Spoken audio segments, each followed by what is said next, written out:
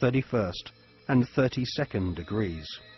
The Masonic religion should be the Luciferian doctrine. Lucifer is God. The true and pure philosophical religion is the belief in Lucifer. So, Yarbulon is really an alternative name for the devil. The last syllable, on, is a code name for the ancient Egyptian god Osiris, who was the god of the dead. There can be no doubt that the Scottish Rite form of Freemasonry in America and Britain is controlled by high-ranking 33rd degree Masons who worship Satan or Lucifer as their god.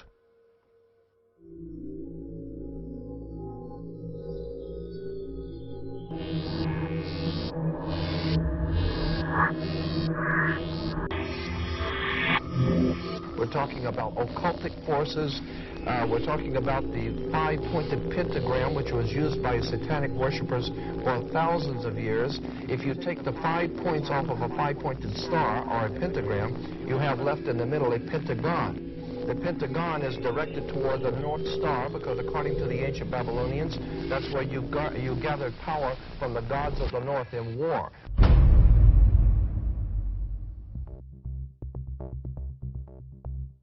We cannot allow our sons and daughters to be sent to die in a bankster's war.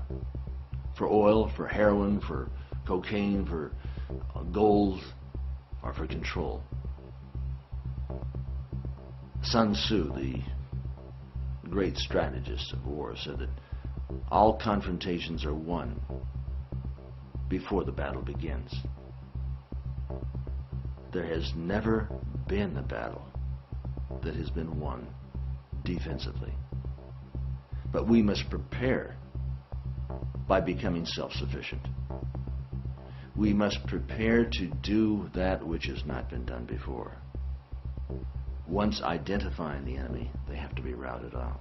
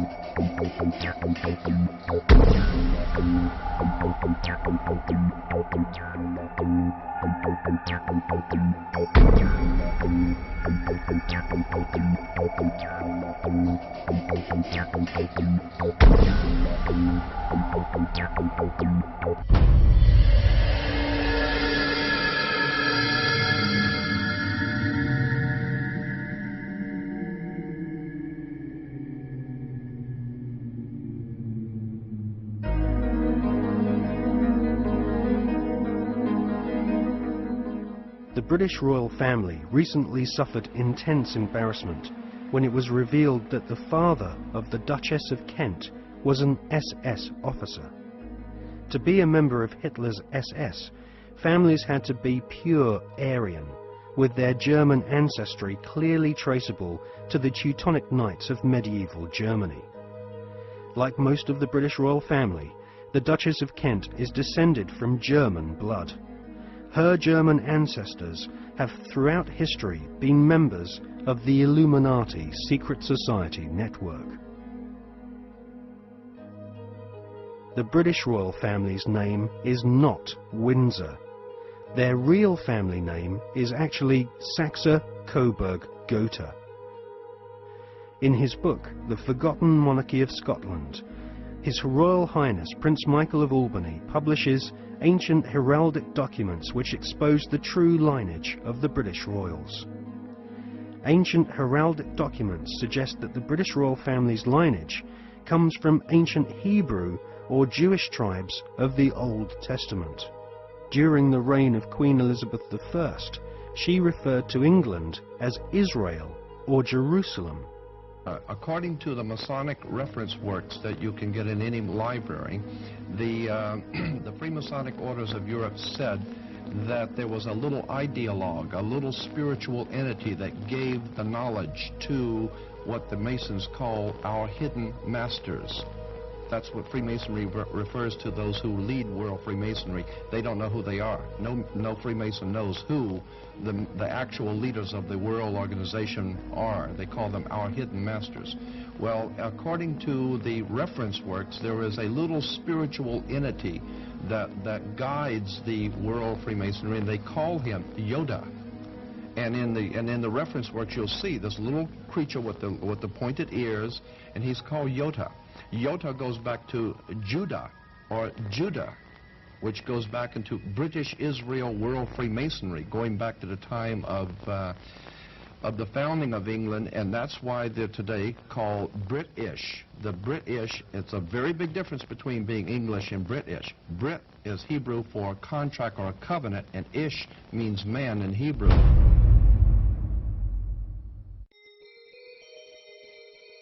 During the reign of Queen Elizabeth I, her personal spy, Mr. John Dee, was responsible for establishing the British Secret Service. John Dee was a magician and member of an alchemical secret order.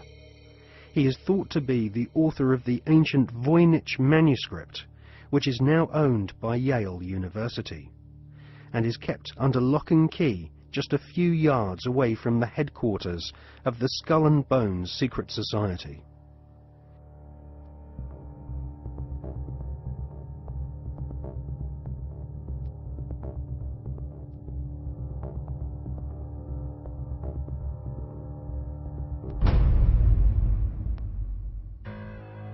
The Duchess of Kent might be ashamed of her father having been a member of the SS, but she might equally be keen to play down the fact that her husband, the Duke of Kent, is Britain's most senior royal Freemason. The Duke and Duchess of Kent live at Kensington Palace, which is home to the Royal Alpha Masonic Lodge. The Royal Alpha Lodge was established by the Duke of Sussex after he became Grand Master of United Grand Lodge in 1813. One of its most eminent members was the physician in ordinary to Queen Victoria, Sir William Gull, who Stephen Knight claims was responsible, along with several other eminent Freemasons, for the Jack the Ripper murders in Victorian London. Suitably, members of the Royal Alpha Lodge at Kensington Palace are called Princes of the Blood Royal.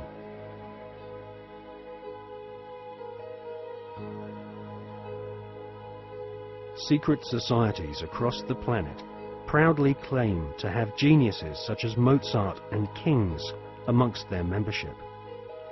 But none of these secret societies allow their members to speak of the rituals which go on behind closed doors in palaces and government buildings around the world. The satanic rituals of Freemasonry have been practiced by several kings of England, but all those questions sweep Freemasonry's darkest satanic secrets under a very plush carpet.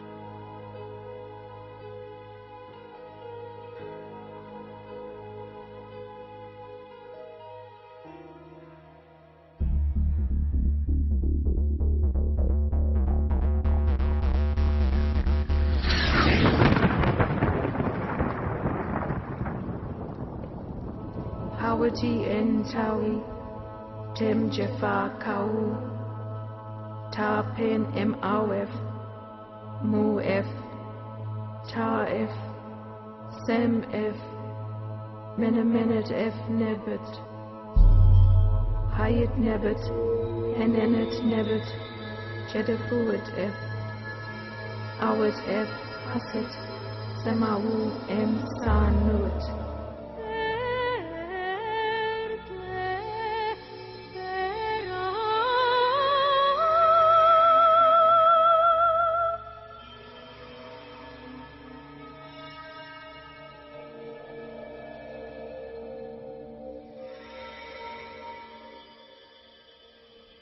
one of the most influential secret societies spawned by the Bavarian Illuminati is the Order of the Golden Dawn.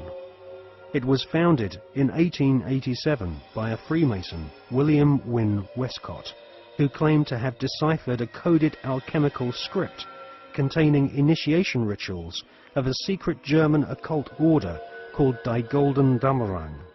Westcott already had plenty of experience conducting occult rituals. In 1865, he had helped establish a Masonic order called the Societas Rosicruciana, inspired by the Jewish magic of the Hebrew Kabbalah. These rituals are still enacted at study group meetings at the United Grand Lodge in London. For many years, the Golden Dawn held its meetings at the London headquarters of the Mark Masons. The Golden Dawn was plagued with scandal as rival high-ranking Masons wrestled for control of this influential Victorian secret society.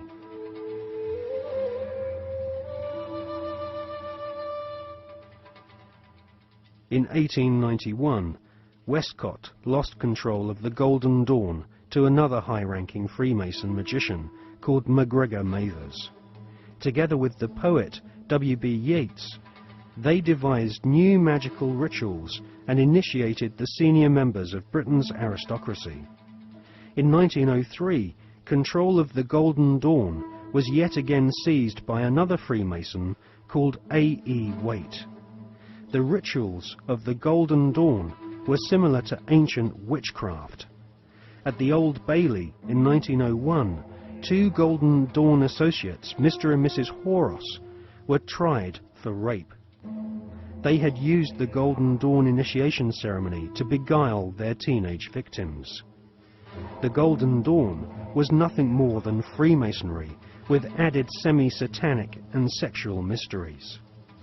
The Golden Dawn still survives to this day.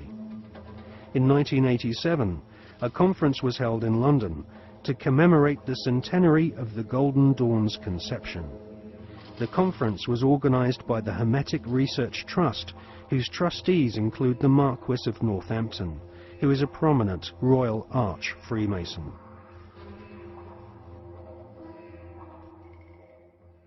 Satanists do not take part in certain rituals with certain sounds in certain places and certain colours and certain verbal statements. They don't do it because, oh, that'd be nice, let's say that, and then shall we have a bit of red, or what do you think? No. It's done because everything in this reality is vibration. Consciousness in this reality is vibration. Everything is a vibrational field. This is how astrology works. When we're born, where the planets are, they're sending out vibrational projections that are affecting the vibrational field that we are born into, and that's why we are affected differently at different times of the year. Therefore, they understand this, and they're manipulating these vibrational fields all the time to manipulate us. And so these rituals, just a pageant. It's like the Freemasonic rituals. You know, you talk to Freemasons, the vast majority of Freemasons not trying to manipulate anyone, not on a mass scale anyway. And they'll say, so what about these rituals? Like, I don't know. To do silly things, roll your trouser leg up and bare your bloody breast. I don't know, it's some ancient bloody tradition. I don't know what it's all about. Anyway, they do a nice dinner, so you only have to do it once. They don't realize that these initiation rituals are actually set up to affect the participants in a certain way that allows these other dimensional entities, which folklore have talked about for thousands of years all over the bloody planet, this theme of possession by demons. These are entities that exist just outside the frequency range of the five senses. Because, again, because of the suppression of basic knowledge of who we are and the nature of life, we become child's play to manipulate. For instance, people look through their eyes and they think they're seeing everything in the space they're looking at. No, they're seeing a fraction of it. They're seeing a tiny frequency range that the five senses can access. Just like if you tune to Radio 1, you get Radio 1. You don't get radio 2, you get radio 1. And this is why, if there was a cat in this room now, it might be reacting to what is to us here empty space. But it's not empty space to the cat because it has a greater visual frequency range. Now, just outside the frequency range of the 5 senses are entities that are manipulating this 5-sense reality through these particular bloodlines. And one of the key places where this possession takes place is during these satanic rituals and gatherings, when the vibrational environment is created by the ritual that allows this takeover of the mental and emotional processes of these people to take place. And this is why you'll meet so many people who've known famous politicians and staff when they started in politics or before they came into politics. And they'll say, mate, that guy ain't the bloke that I knew. Well, mentally and emotionally, that's literally true in a lot of cases because of this possession that takes place. And people think it's kind of far-fetched and maddening, that may happen in Babylon, but not now. Well, please. That very thought is the greatest defense mechanism this grotesque conspiracy has to protect it.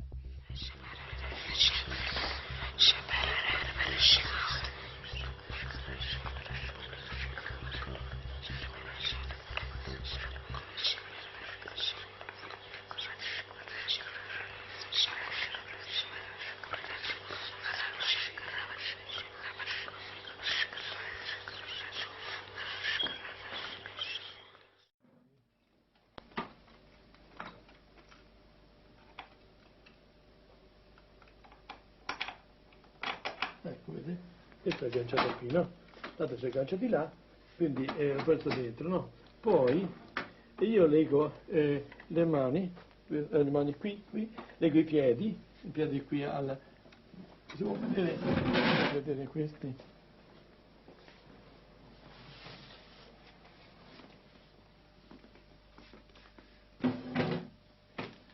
E questo generalmente si può legare il braccio, vedete? Può legare il braccio di qua di là e i piedi lo stesso a questo tampiono qui.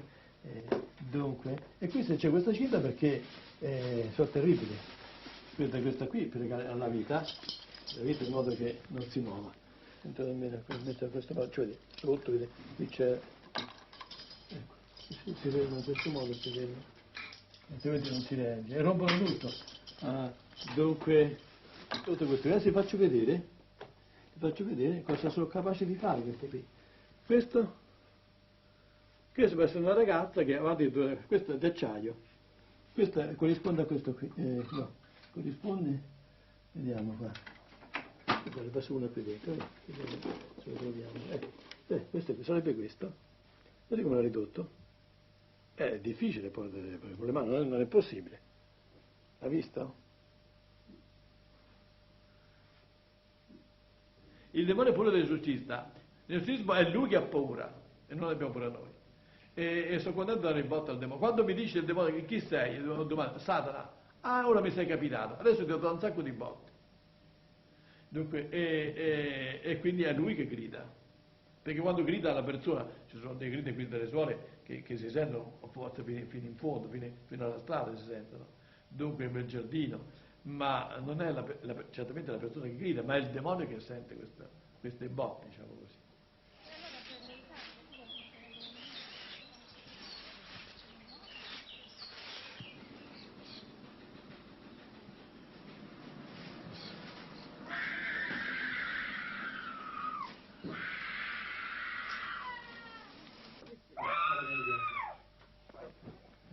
Martina and her parents have been coming to see Padre Alfredo regularly for the past 6 months. The family has turned to the exorcist in an attempt to solve problems which have troubled their daughter since she was 8 years old.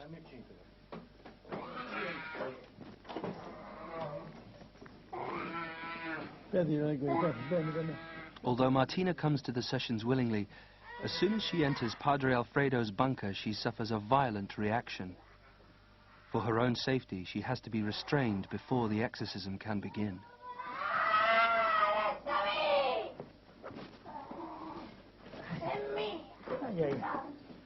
Oh, tu l'inferno vai!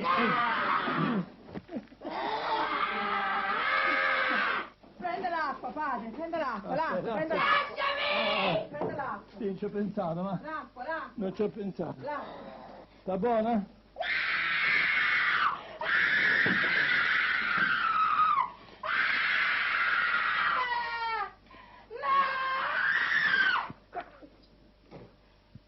Sta buona, forza. Ci avevo pensato. Mamma. The exorcism consists of a ritual first formulated in 1614 and updated by the Vatican 2 years ago. Nel nome del Padre, del Figlio e dello Spirito Santo. Amen. Signore Gesù Cristo, figlio di Padre eterno Padre, Dio universo, il tuo nome sia benedetto, il tuo santo, è di Cristo, è di Cristo, è di Cristo. Ecco l'acqua del Spirito Santo. E dell'esorcismo viene una forza particolare. Dunque ho notato questo, a volte il demonio, siccome l'esorcismo sono come fosse uno bastonate, picchia il demonio, no? Mette l'acqua santa nella mano, mi brucia, mi sono accorto di questo. Il demonio è furbo e cerca di parlare per riposarsi. Avete visto mai i pugili, quando si danno i pugni, a un certo punto si abbracciano, si riposano, respirano un attimo. Il demonio fa la stessa tattica, dunque parla e io invece non bisogna dargli retta, continuare l'esorcismo, in modo che non c'è tregua, sono botte. Ave Maria, piena di grazia, il Signore è con te. Tu sei benedetta fra le donne. Murigno. Ave Maria, piena di grazia, il Signore è con te. Tu sei benedetta fra le donne. Benedetta Santa Maria, ma libera. Ma Maria, no, maligno, è Cristo più forte. Cacciali via, no. Di la verità. Di la verità a questa signora. Esiste o non esisti tu? Il demonio esiste o non esiste? Esiste il demonio! Come fai a dimostrarlo? Come fai a dimostrare che esiste? Le guerre, tutto! Ma questo... Io esisto! E chi non ci crede bene! Ma questo...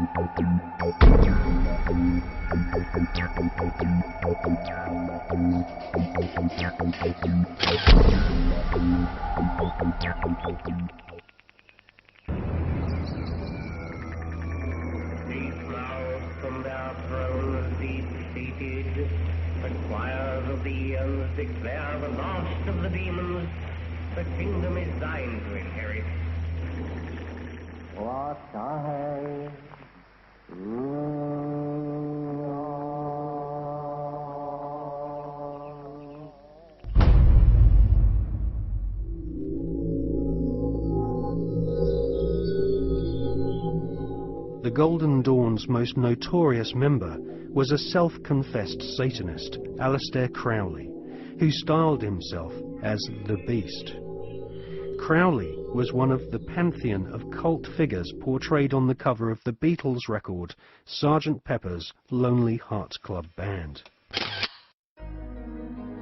Crowley had already been trying to contact the devil in 1898 when he first made contact with the Order of the Golden Dawn. By 1900, Crowley was mingling with the elite of British society, sharing his knowledge of devil worship with leading Masonic politicians, aristocrats, and royalty. Crowley was a full-time occultist and had no day job in which he had to hide his fascination with Freemasonry and Satanism. In his book, Confessions, Crowley claims he was initiated into Freemasonry at the Anglo-Saxon Lodge in Paris.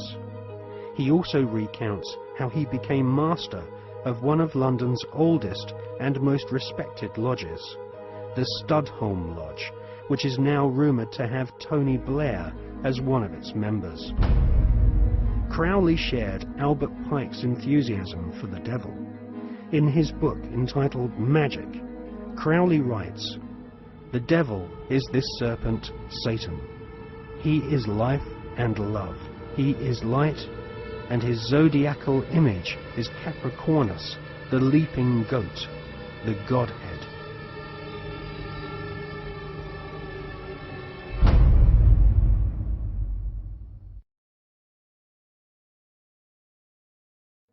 Secret societies often portray the Goat of Mendes sitting in the Baphomet position.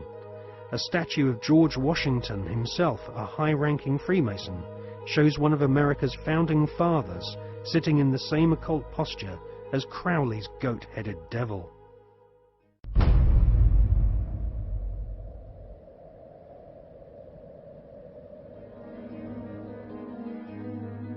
In 1912, Crowley became the British leader of the Ordo Templi Orientis, the OTO, which was a direct descendant to the original Bavarian Illuminati. The OTO was a hardcore satanic secret society, and Crowley devised the initiation ritual around the 33rd degree ceremony of Scottish Rite Freemasonry. Crowley claimed the formation of the OTO was reconstituting Freemasonry back to its German Illuminati roots. Crowley wanted nothing less than to dance with the devil. He was impatient with the politeness of Masonic ritual. He described basic Freemasonry in the lower ranks as a sinister association for political intrigues and pirates.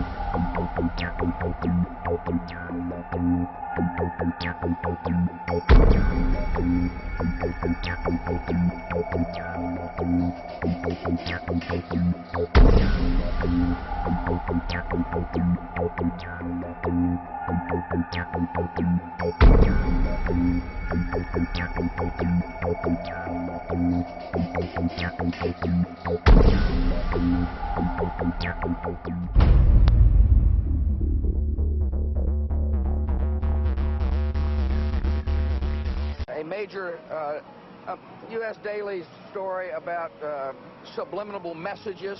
I don't think we need to be subliminal.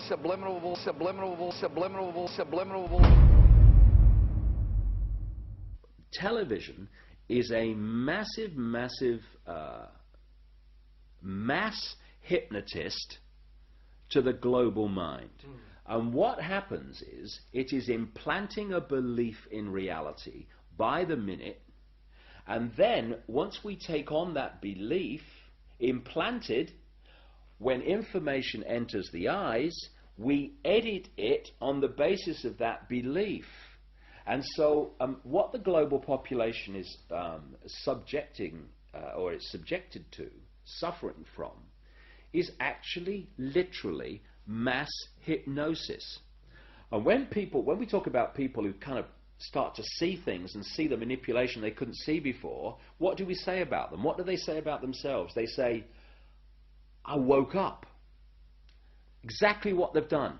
When people start to go, hey, I can see it now, it's like someone has gone along, like the hypnotist, and clicked their fingers, and it's like, oh, I can see it now. Mass hypnosis. And that is the greatest hypnotist on the planet, and that's the basis of why it was created. A 49-year-old unidentified man went berserk last Where does night she get her view of the world? Shotgun. 14 people are dead, including 3 Who will be her children, role 4 others models? suffer. Never been a better time to buy. What values will she have? Whose child is she? Yours or the network's?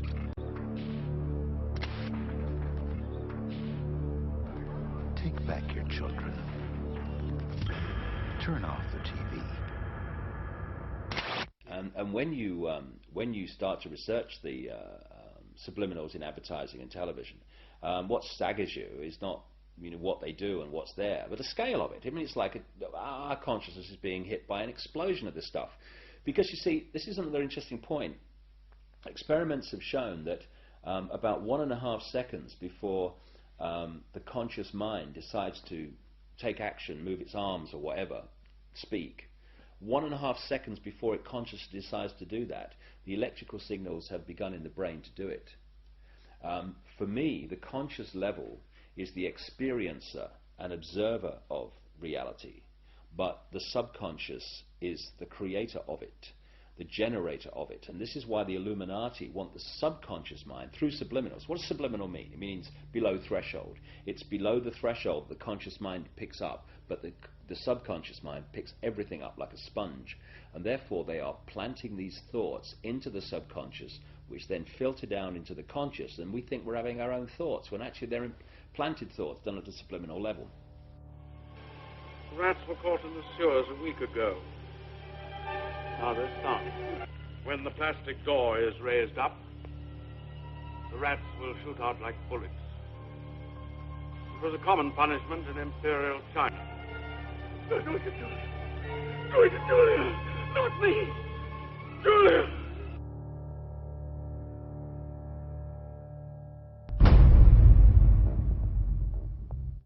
And of course this is being used, this subliminal manipulation, in politics. I mean, of course we had that incident during the Bush-Gore farce of an election, when an anti-Gore political broadcast for Bush, they put a subliminal in of rats while they were talking, but they left it up too long, and you only had to play the tape back slowly, a little slowly, and up come rats as some anti-Gore statement was being made.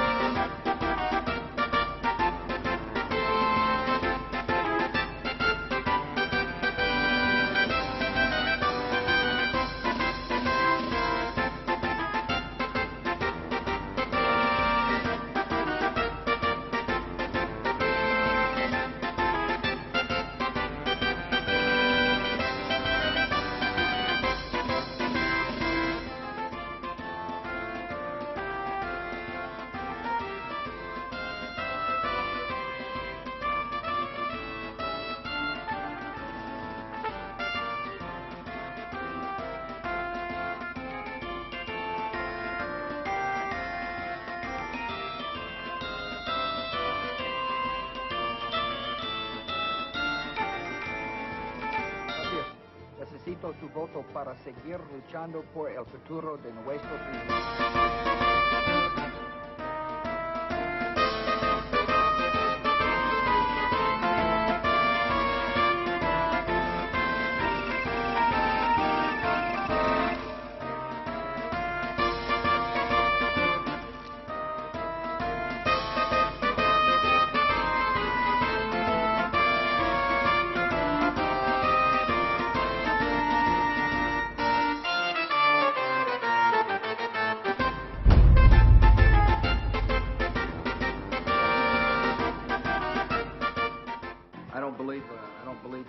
some of these states that they call, like Florida. I just don't believe we got enough evidence to be able to call the state. We're doing better than we thought, and but I feel fine.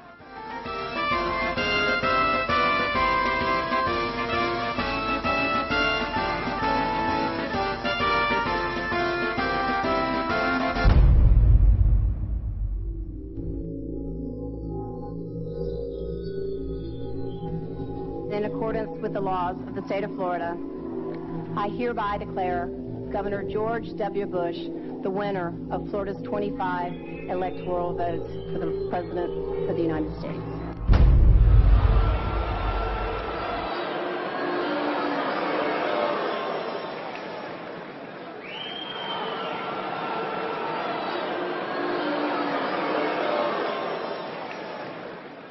Now that the votes are counted, it is time for the votes to count.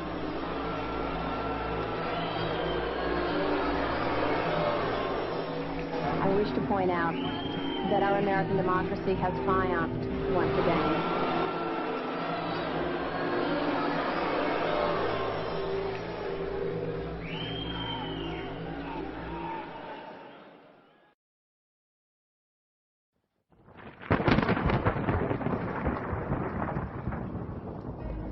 The Skull and Bones Secret Society was originally called the Brotherhood of Death. George Bush Jr., his father George H.W. Bush, and his grandfather Prescott Bush have all been initiated into this macabre fraternity, which was established in 1832 at Yale University by William Huntington Russell, whose family were America's biggest opium smugglers. George W. Bush was initiated into the Skull and Bones Brotherhood of Death in 1968. The ceremony took place at the Society's headquarters, which is a stone building with almost no windows. This mausoleum-type building is known as the Tomb. There is a small enclosed courtyard, an internal chamber where initiates lay masturbating inside a coffin, and a museum of artifacts held sacred by the Society's members, which are all called Bonesmen, regardless if they are male or female. Many of the artifacts inside the Skull and Bones headquarters have been stolen by its members. To prove their devotion to the Brotherhood of Death, Bonesmen have robbed graves, bringing human skulls and skeletons back to their tomb and placing them in glass display cabinets. For nearly 40 years, George W. Bush has been an active member of this most bloodthirsty occult secret society. His allegiance is primarily to his fellow Bonesmen, not the American people. In order to prove his devotion to the Skull and Bones, Prescott Bush, grandfather of George W. Bush, savagely desecrated the grave of Apache Indian chief Geronimo. Prescott Bush robbed Geronimo's grave and had Geronimo's skull placed in a display case alongside the order's other treasured possessions, which include silver tableware from Hitler's Eagle's Nest headquarters in Nazi-occupied Austria. Welcome to the satanically inspired secret world of the Skull and Bones Brotherhood of Death. Welcome to the sick world of the Bush family.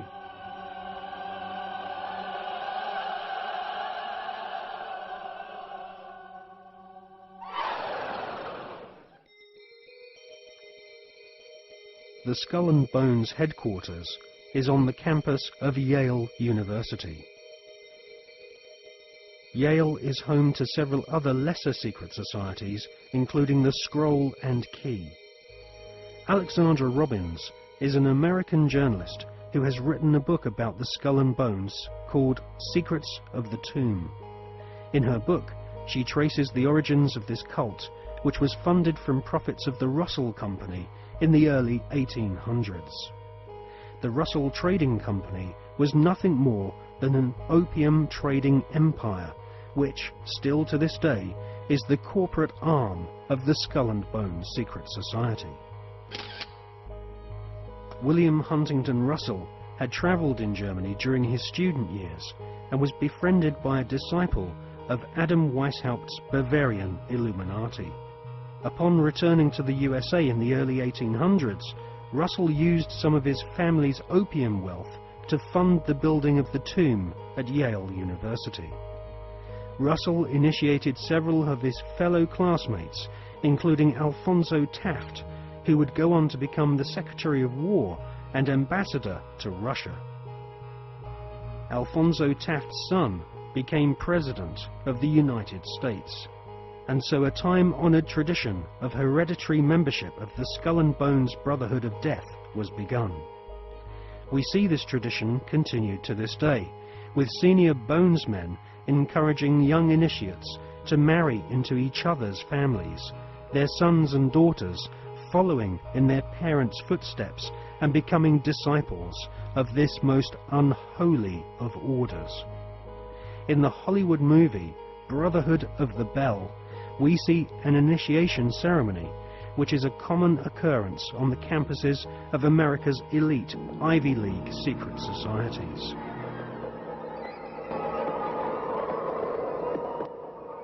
Mr. Patterson, Philip Everest Dunning, Mr. Chad Harmon, Mr. Dunning.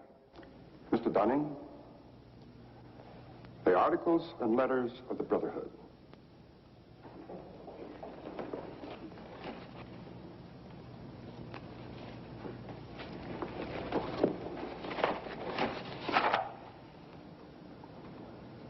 Do you swear that having been entrusted with these articles and letters since midnight this night, that you alone read them and did not communicate their content to any person whatsoever? I so swear. Having so sworn, are you now prepared to go forward? I am prepared.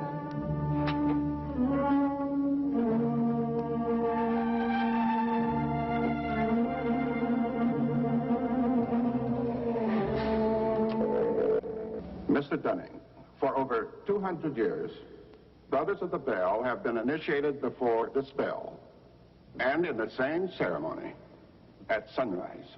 22 years ago, Mr. Patterson stood due east in your place, and I became his senior, as Mr. Patterson is now yours. One day, Mr. Patterson will stand due south, and he will induct a Brother of the Bell, and you will become senior. See, in this fashion does the Brotherhood express its continuity. It will continue long after all of us are dead. But that continuity depends upon one thing: obedience. Absolute obedience.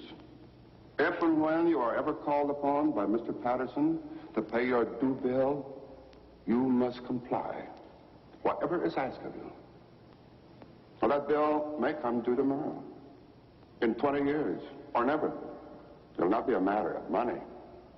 It will be an act of fealty, of loyalty to the Brotherhood of the Bell.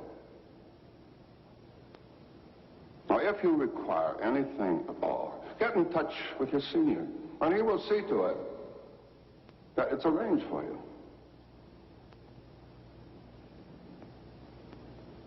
Are you ready for the oath? I am. The oath, gentlemen. I, Chad Dunning, do swear in absolute faith that I shall reveal no secret of the Brotherhood of the Bell, that I shall respect my brothers and myself, that I will act as they desire, secure their interests as if they were my own. And I pledge this, my honor, my fortune, and my life.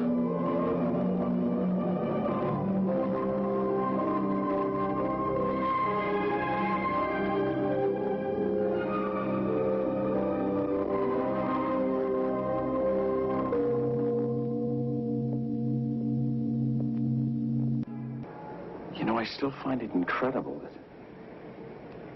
that I could get anything I want. Anything a man could get with money, privilege, and the best connections. You know, it just occurred to me that we're part of the establishment now. Not part. The establishment.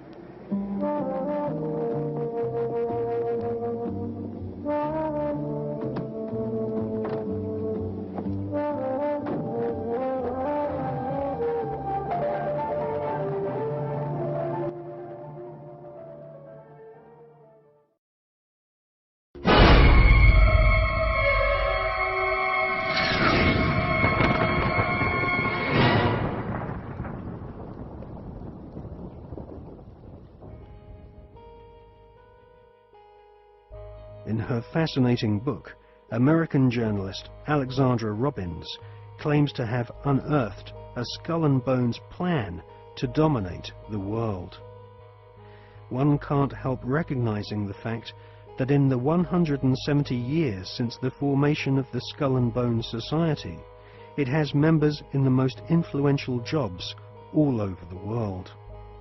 New initiates seem to fall effortlessly into high-paid jobs within banks, media organizations, government agencies, and huge corporations which earn vast profits from government defense contracts. Some researchers claim that all members agree to tithe their wealth over to the society, thus ensuring that their offspring will become future initiates of the Brotherhood of Death.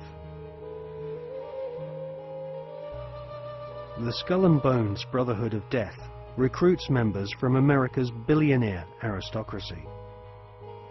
Multiple generations of the Bush family have taken part in 6 satanically inspired rituals along with members of wealthy families who are behind some of America's most famous brand names.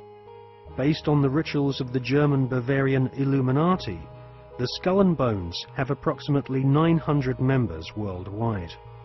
George W. Bush has initiated 5 fellow Bonesmen to join his administration, including William Donaldson, who is head of the American Securities and Exchange Commission.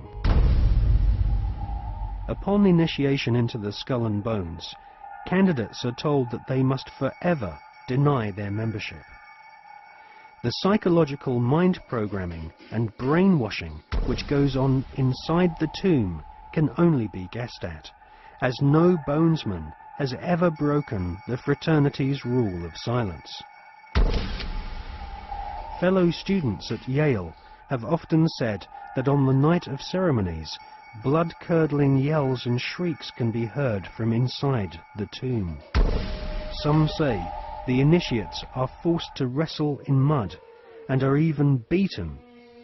This technique has been used by the CIA and EST brainwashing organizations who seek to wear down the subject mentally and physically using a program of punishment and verbal abuse.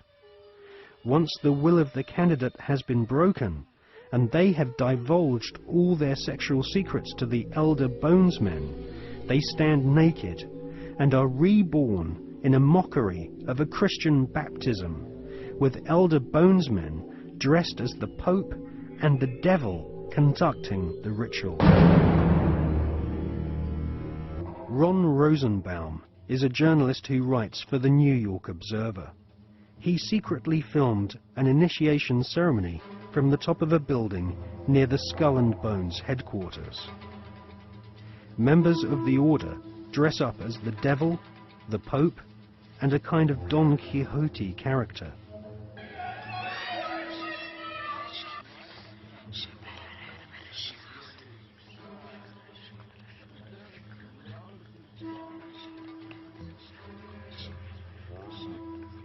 The Pope wears a white monogrammed slipper which rests upon a stone skull. Each initiate is led into a chamber where fellow members shout obscenities and abuse the new initiate. The initiates are told that they are superior beings and are part of a privileged elite who use war terror and famine to control Earth's human population. This callous philosophy was illustrated in the Hollywood movie Skulls, made in 1999.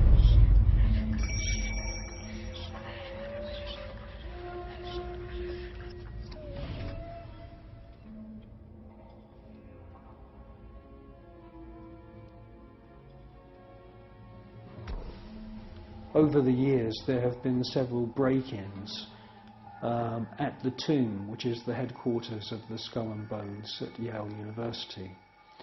The artifacts which have been found have included membership lists of another secret society which operates on the campus called the Scroll and Key.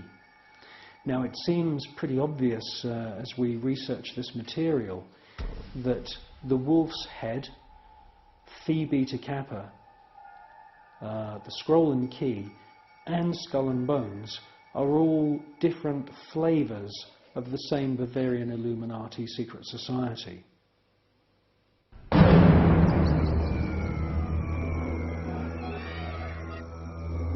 One by one, each new member is thrust to his knees and bows before the devil. A naked woman is ceremoniously assaulted with a dagger. The devil lays each initiate into a coffin, and a ribbon is tied to their genitalia. Everyone is encouraged to divulge their entire sexual life history whilst masturbating. With all their innermost secrets known to the other Bonesmen, the new initiates are threatened with blackmail if they ever reveal the secrets of this Masonic order. At this point, they are dressed in long robes and rechristened with their occult names. The Don Quixote character taps each member on the shoulder with a silver sword and proclaims, "By our order, I dub thee Knight of Eulogia."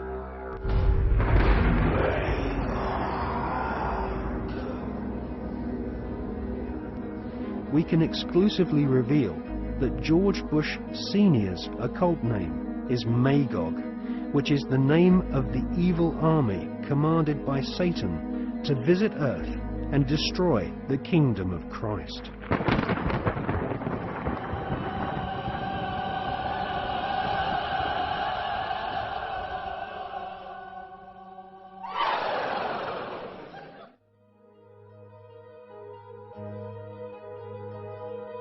The American Ivy League colleges each have their own branches of the Skull and Bones Brotherhood of Death, indoctrinating the children of America's elite families who go on to become the captains of industry, banking, law, military, and the media.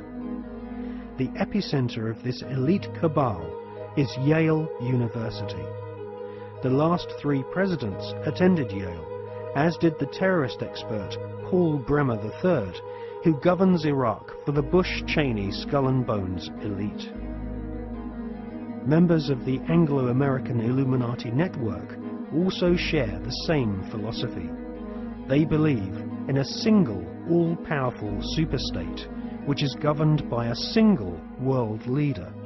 If the Illuminati were successful, and their dream would come true, it would be a virtual hell on Earth.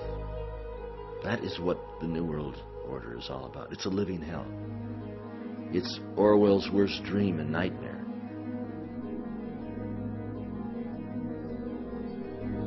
Well, to understand the philosophy of the Skull and Bones Society, you have to understand the philosophy of 18th and 19th century Germany, with people such as Hegel.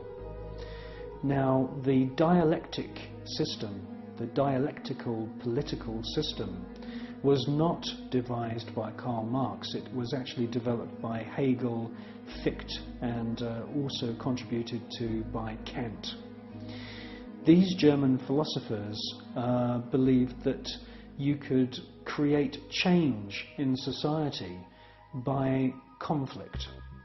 And this could be, for example, political conflict. The conflict between left and right. from this conflict a new political system would come about, and this would be a synthesis of the two views. Now, that sounds pretty innocent, but in actual fact the dialectical system is used in military combat as well.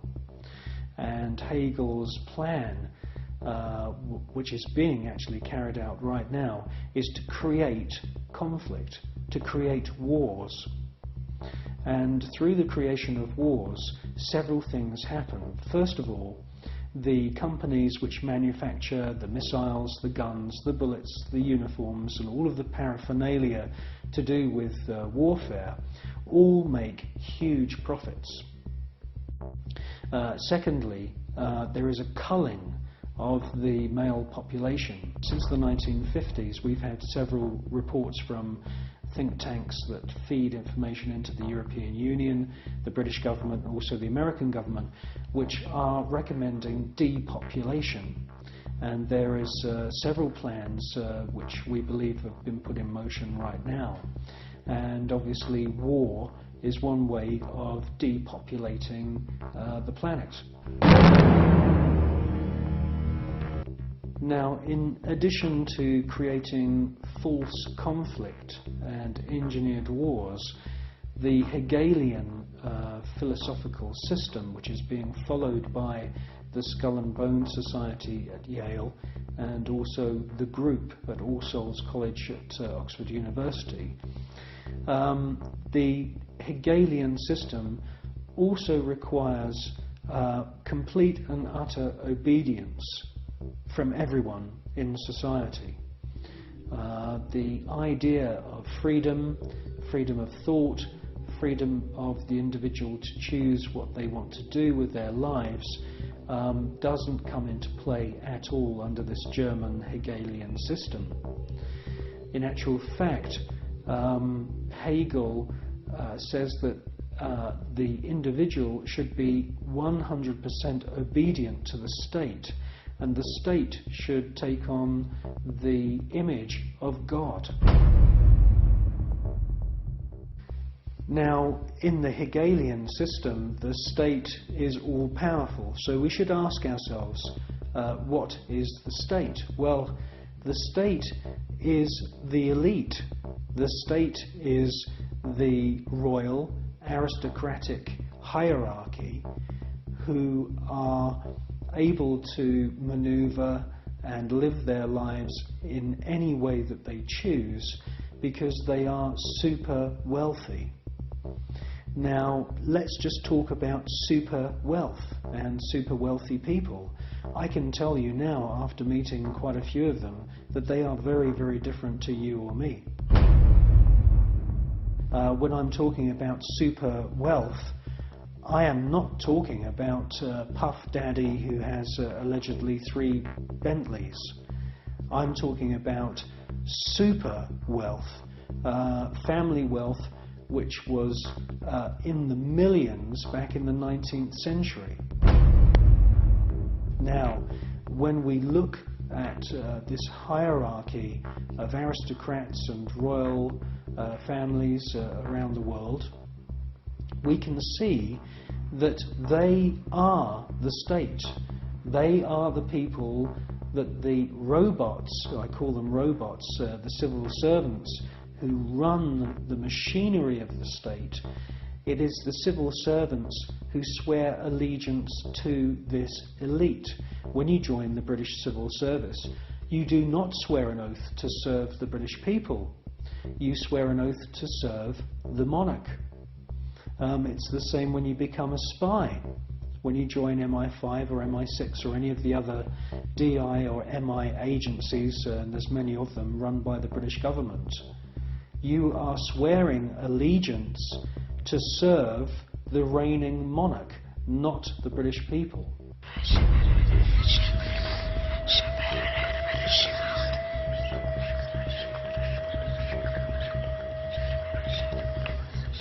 While the American people sing the Star-Spangled Banner, the most powerful people in the USA and Europe salute the ancient symbol of the Brotherhood of Death. In the book, Who's Who of America's Elite, the author has found that the Order of the Skull and Bones encourages its members to intermarry, thus keeping their spectacular wealth all in the family.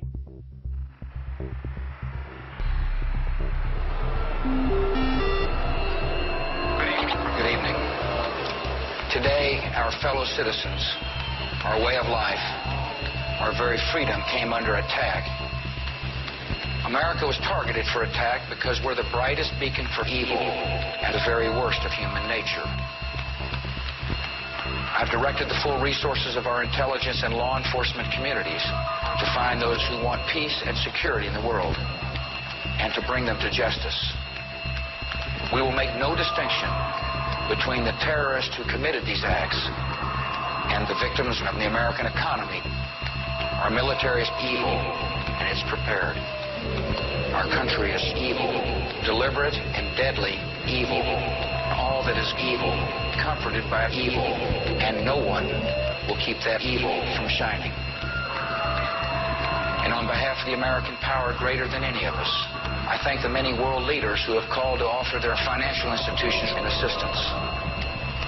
America and our terrorist friends and allies join with all those who want despicable chaos and terrible evil.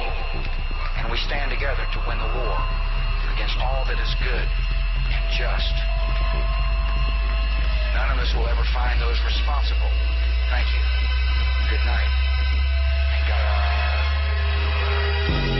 Alive! It's alive! Now they will know why they are afraid of the dark.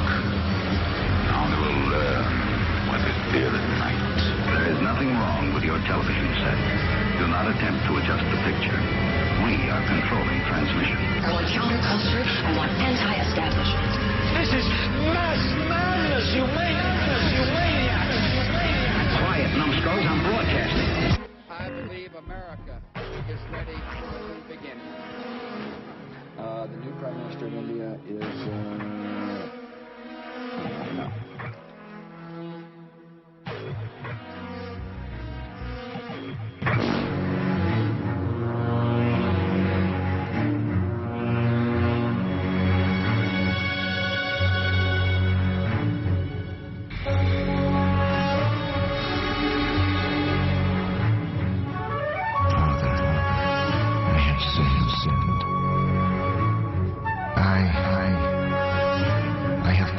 Killed many people. For money. Out of ignorance. Out of evil. Out of hatred.